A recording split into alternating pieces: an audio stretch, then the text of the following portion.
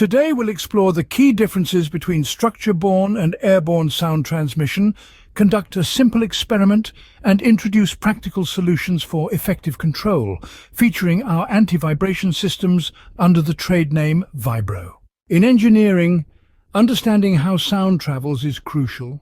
Structure-borne sound transmission occurs when vibrations generated by a noise source are supported through a structure's boundary surface.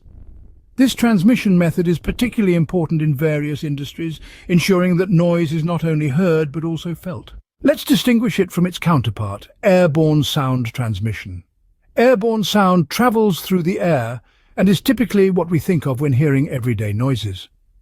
Structure-borne sound, however, relies on the structure itself, making it vital in situations where containing vibrations is key. Now let's dive into a simple experiment to illustrate structure-borne sound transmission.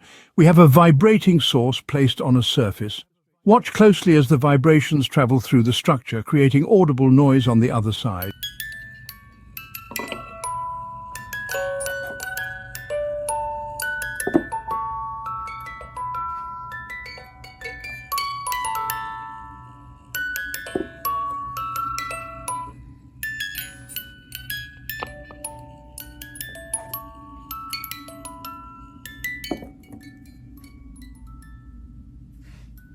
As you can see, the vibrations not only generate sound but also travel through the structure. This phenomenon is the essence of structure-borne sound transmission. To control structure-borne sound transmission effectively, consider our Vibro anti-vibration systems.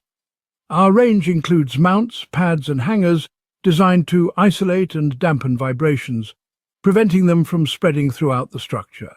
Whether it's an industrial facility, a commercial building or a residential space, Vibro systems offer versatile solutions tailored to your specific needs. As engineers, understanding and controlling structure-borne sound transmission is crucial for creating quieter and more comfortable environments.